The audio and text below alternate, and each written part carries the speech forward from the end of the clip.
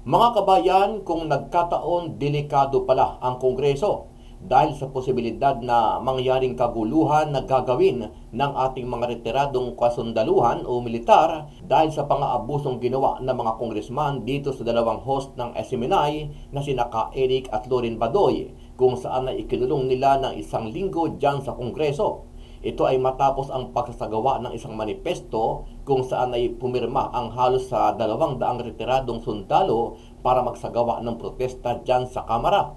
Sabi ni Atty. Harry Roque, hindi basta-basta ang kapangyarihan ng mga retiradong opisyal ng militar kung hindi sila pakikinggan ng Kongreso, dahil naniniwala ang mga sundalo na nagmamalabis na sa kapangyarihan ang mga kongresman na inihalal ng taong bayan. Makinig po kayo! Naninindigan pa rin sa demokrasya ang ating kasundaluhan at naniniwala sila na meron ng paglabis sa kapangyarihan dito sa desisyon na ipakulong si Loren Badoy at si Ka Eric. Samantala, isang kilalang general ang nagkomento at naging emosyonal matapos ipakita ng kanyang mga kasamahang opisyal ang suporta kila Ka Eric at Badoy, kung saan ay silang dalawa lang ang lumalaban sa mga kaaway ng bayan, partikular ang CPP, NPA, NDF na matagal ng problema ng bansa. Sabi ni retired General Macanas, first time ito na nangyari sa kasaysayan ng bansa. First time in history ng mga PME graduates nagkaisa. Powerful po yung manifesto na yun na signed by almost 200. Sumisigaw o bumubisita kay Ka Eric at Doc Badoy. Ano ang masasabi mo dito, kabayan?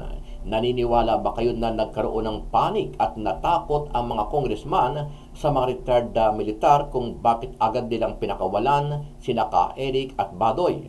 Sama-sama nating panoorin ang buong video at pakicomment nyo po ang inyong mga reaksyon at sariling opinyon. Pero bago yan, muli po ako nag-iimbita sa mga hindi pa po nakasubscribe sa ating channel na Kabayan News PH, pakipindot po ang subscribe button at pakiclick na rin ang notification bell para lagi kayong updated sa mga bagong upload natin na legit at napapanahong balita. Maraming pong salamat. Gaano ba kahalaga ang ganitong manifesto at kalakas ang ganitong mensahe para sa mga opisyal ng gobyerno, lalo na sa House of Representatives? Alam mo ba dito sa Southeast Asia, kapag ang sundalo nakialam sa pamumuno, mawawala ang demokrasya dahil hindi sila naniniwala sa halalan. So kapag hindi pinakinggan ng militar, mag-ingat ang sibilyan na mga namumuno dahil baka mamaya gamitin nila kanilang sandata at mga armas para pagtumbahin ang mga halal ng taong bayan. Pero hindi po pwedeng baliwalain ang mga paniniwala ng ating mga kasundaluhan na nagpapakamatay para sa inang bayan. Hindi mo po pwedeng hindi pansinin ang sentimiento ng mga profesional na sundalo na inalay na ang buhay para sa ilang bayan. Makinig po kayo. Tayo na lang po ang tunay na demokrasya. Bakit? Sa ibang bansa po, hindi na sila naniniwala sa eleksyon. Alam nyo ba, sa Thailand, walang eleksyon. Ang mga nakaposisyon doon, militar. Sa Myanmar, militar ang nakaposisyon. Sa Cambodia, mga militar din ang nakaposisyon. Sa Vietnam, yan po ay Politburo, no? Pero napakalakas din ng militar. Ibig sabihin, kapag ang sundalo nakialam sa pamumuno, mawawala ang demokrasya dahil hindi sila naniniwala sa halalan. So kapag hindi pinakinggan ng militar, mag-ingat ang sibilyan na mga namumuno dahil baka mamaya gamitin nila kanilang sandata at mga armas para pagtumbahin ang mga halal ng taong bayan. Hindi naman natin sinasabi na yan ang layunin ng statement. Pero hindi po pwedeng baliwalain ang mga paniniwala ng ating mga kasundaluhan na nagpapakamatay para sa inang bayan. Nagpapakamatay sila para sa demokrasya at hindi sila nagpapakamatay para sa mga nag-aabuso sa kapangyarihan. Hindi mo po pwedeng hindi pansinin ang sentimiento ng mga profesional na sundalo na inalay na ang buhay para sa ilang bayan. Makinig po kayo! Naninindigan pa rin sa demokrasya ang ating kasundaluhan at naniniwala sila na meron ng paglabis sa kapangyarihan dito sa desisyon na ipakulong si Loren Badoy at si Ka Eric. Naintindihan ko kasi ang sentimiento niyan eh. Kasi ako, dati akong aktivista, no? Talaga naman pong pupulaan natin ang kasundaluhan, human rights abuses. Pero itong si Badoy at saka si Celis, wala nang ginawa ko hindi itaguyod nga ang laban dito sa mga teroristang CPP-NPA na kapareho rin ng mandato ng Hukbong Sandatahan ng Pilipinas. Kumbaga nagkakaisa sila na protektahan ng demokrasya laban sa banta ng CPP-NPA na terorismo. So, sila ay magkabaro. Yung iba, yung mga sundalo, hawak ang baril at inaalay ang buhay. Pero si Ka Eric at saka si Lorraine Badoy, inaalay naman nila ang pang-araw-araw na buhay nila dito sa laban sa terorismo. Grabing yabang ng mga kongresista na ito. Nakakaawa sina Doc Badoy at Ka Eric. Kahit sinong manood na objective na Pilipino, makikita talaga ang kawalan ng hustisya na iginawad ng mga kongresista natin kay Ka Eric and Dr. Badoy. Kaya nga arrogance, notoriety, tigas ang ulo, and corruption. So, marami pa siyang sinabi. Kailang later on ko na lang i-discuss. First time in history ng mga PMA graduates nagkaisa. I've been assigned in PMA for more than 3 years. Alam ko yung samahan ng mga PMAers. They look up to each other, lalo na itong mga upperclassmen. Yung seniority, yung loyalty, nandun sa kanila.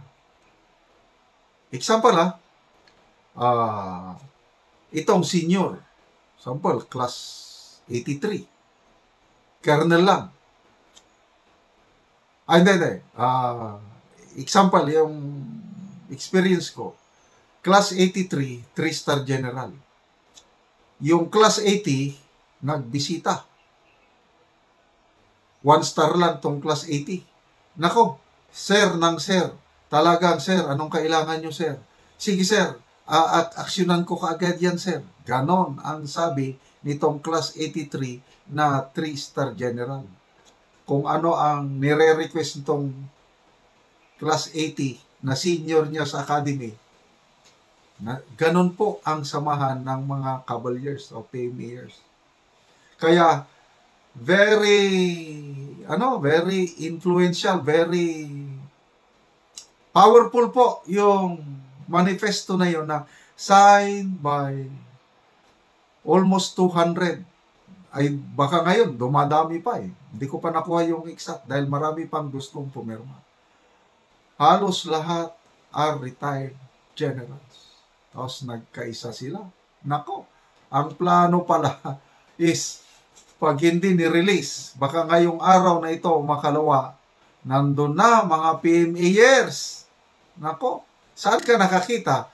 Mga PMAers, the best minds, the cream of the crop sa ating defense establishment, nandun. Sumisigaw o bumubisita kay Ka Eric at Doc Badoy. Nakakatuwa naman ito, yung ganong suporta, no? All sectors of society, name it. May nabasa akong resolution, mga Mindanao tribal leaders naman, nananawagan nga i-release sila. Mga dating kadre ng NPA, mga lawyers, mga US-based Pinoys, ang daming nananawagan, mga journalist, dating press secretary Kit Tata, dating senador, sino pa ito? Si Rigoberto Tiglao. Basta hindi mo mabilang. All sectors, mga common tao, mga even active soldiers, galit na galit. Hindi lang makapagsalita yung nasa active. Kaya lang alam ko yung sentimento nila. Dahil ang tingin nila kay Ka Eric and Doc Badoy, sila yung champions sa propaganda war versus CPP, NPN, tapos ikinulong. Kita nyo kung gaano maggawa ng kwento si Tambunting?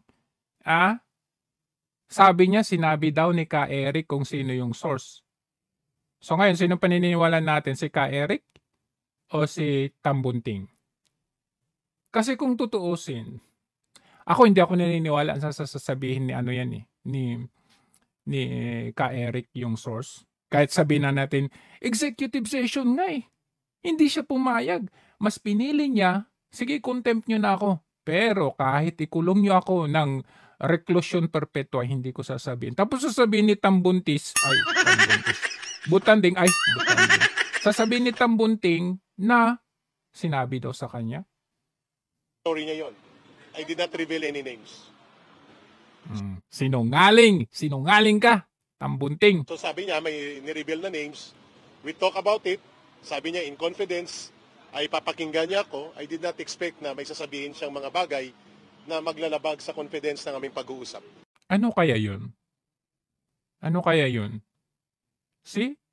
Mismo, congressman, honorable congressman, violated the rules on confidentiality.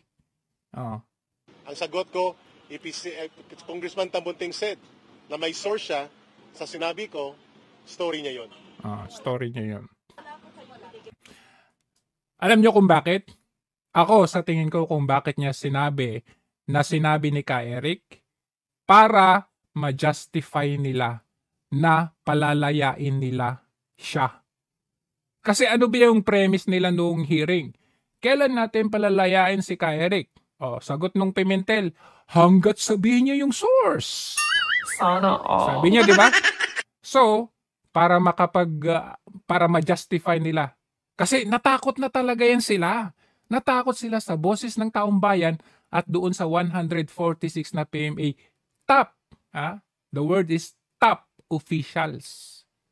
Mamaya pag-usapan natin, tingnan natin kung sino yung mga top PMA officials. May mga makikita kayo doon na kahit sino naman matatakot doon, di ba? So, para ma-justify nila na palalayain nila, bukod sa sinasabi nila because of humanitarian reason, of course, isa rin yun. Kung hindi nyo pinalaya yan ngayon, lagot kayo sa taong bayan, humanitarian reasons. Okay? Bukod doon, para ma-justify nila. So, nag-create sila ng isang kwento na ni-reveal daw ni Ka Eric yung source kasi yun yung premise nila nung hearing. But, hearing from Ka Eric now, mas naniniwala ako kay Ka Eric